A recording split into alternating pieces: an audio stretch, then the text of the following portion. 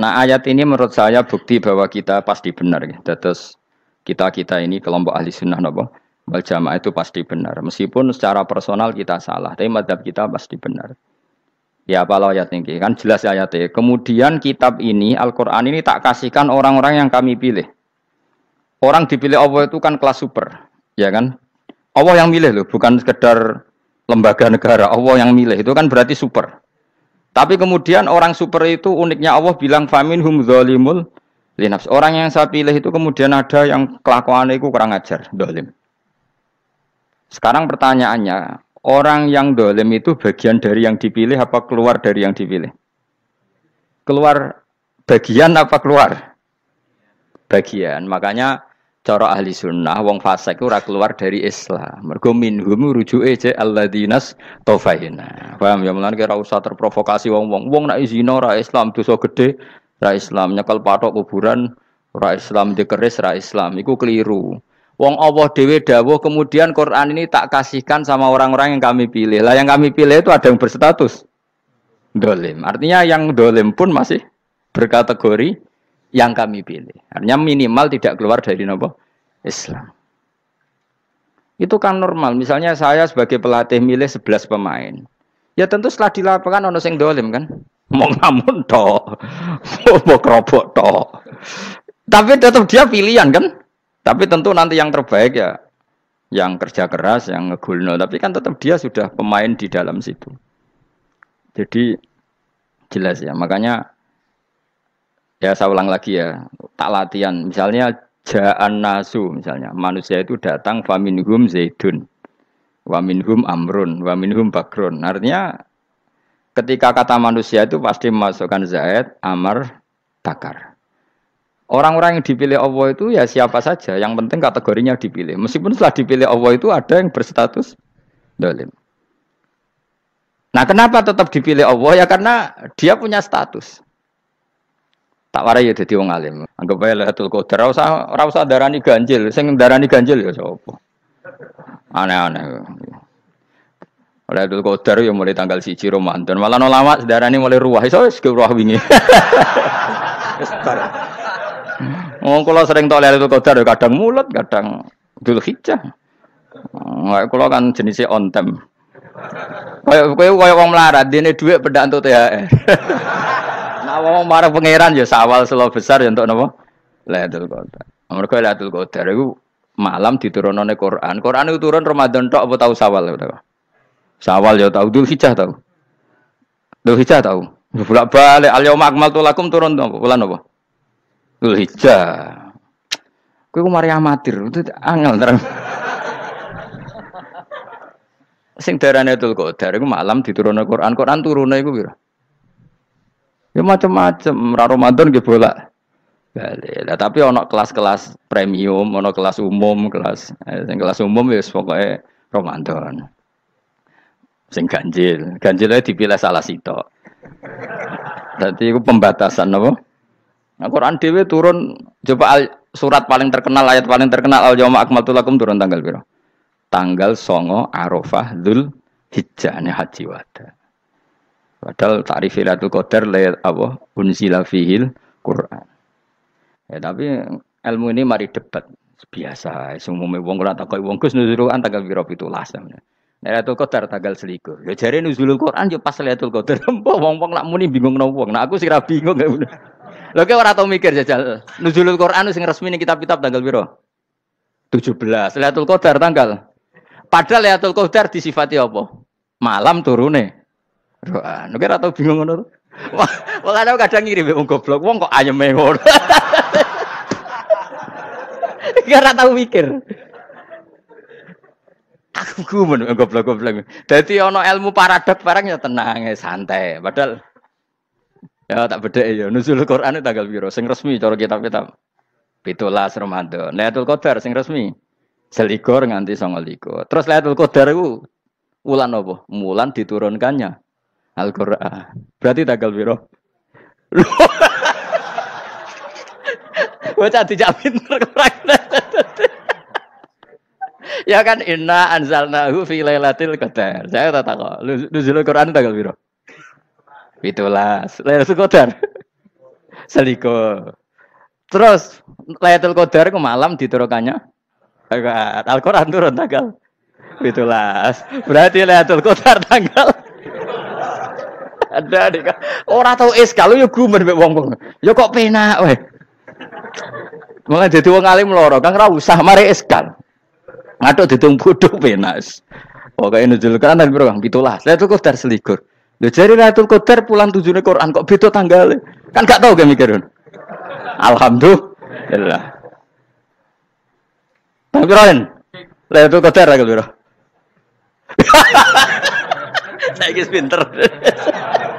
Saya lihat Mas. Itulah berarti kelewat. Jadi ilmu itu kabeh bingung no kan. Ya biasa bingung. Mulane yang bodoh barokah. Barokah. Barokah. Kulo cara ora dipilih pangeran nggih milih dadi wong bodoh, Kang. Tapi wong pangeran milih kulo dadi wong pinter dadi tak syukuri wae. Tapi kadang kulo iri, wong bodoh ku iri. Modele penak urip ngono. Santai. Ya saiki ya Lailatul Qadar itu sifatnya apa? Inna anzalnahu fi lail. Normalnya kan ainu nuzulil Quran yo ainu Lailatul Qadar. Berarti tanggal piro? Dorawade ta. Innalillahi wa inna ilaihi raji'un. Kita warai ilmu cara wong alim. Meskipun sampean boleh bantah siji yo kadang keterbatasan ilmu. Nomor loro hasud, bantah kan sebab macam-macam. Hasud. Nomor 3 bantah gue kegiatan. Kayak wong kuliah nak gak kritis kan darani ra pinter. Jadi cocoklah ya kudu bantah. Engko khas-khasan cerdas apa? Nomor 4 bantah niku sifate wong wedok. Menang kalah protes. Berarti kowe ora lanang berarti wedok, tukang protes e wedok. Nomor 5 bantah itu berarti dia punya keiskalan tapi gak bisa keluar dari keiskalan itu. Jadi problem Anda ditimbangkan ke saya, itu ya ora sopan. Problem-problemnya dhewe kok ditimbangkan ke saya. Begini terangno.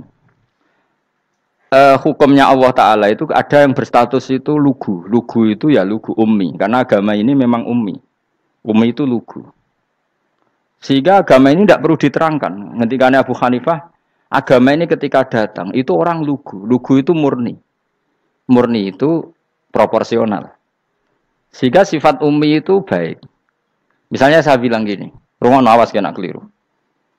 Kalau kamu sholat itu batal kalau makan. Itu ukurannya 1 upo apa 1 piring? 1 upo kan? Itu sudah batal. Terus kalau saya bilang gini, Jong nak tamu keimangan, itu 1 piring tak 1 upo. Ndak jawab ya? 1 piring. Orang iso misal, tak keimangan gue 1 upo. Nah, lalu Anda ditanya gini, lalu definisi makan itu apa? Memasukkan 1 piring ke mulut apa 1 upo ke mulut? Dalam bab sholat 1 upo ke mulut itu makan. Tapi dalam bab hormat tamu itu 1 piring. Setuju ya? Tak warai pinter kayak. Ayo tak warai ya. Wes setuju ya? Wes pinter. Lo jawab wes pinter. Urung. Lailatul Qadar ya ngono. Misalnya Lailatul Qadar menjadi super karena ada sesuatu yang super turun yaitu Lailatul Quran. Jadi menjadi super karena yang turun adalah sesuatu yang super dan itu artinya tanggal. Loh, sama nih aku cek. Iku utek tanggal 21 kabeh sing ngaji ning kene. Oh jelas inna anzalnahu fi lailatul qadar. Huruju ning ndi? Quran kan?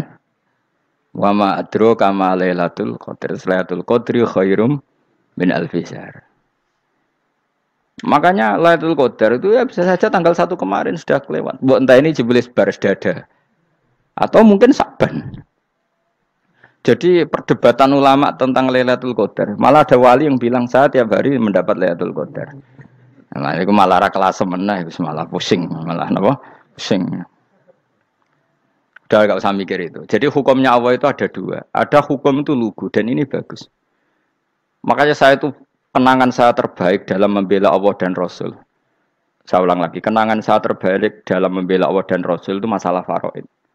Dulu mungkin banyak yang ingat lah ketika tahun berapa lupa saya. Tapi ada seorang menteri dan pakar Islam menggulirkan isu hak waris itu sama. Lelaki dan perempuan sama. Alasannya karena perempuan sekarang kerja. Jadi gara-gara kesamaan gender kemudian mereka ingin bagi waris itu apa?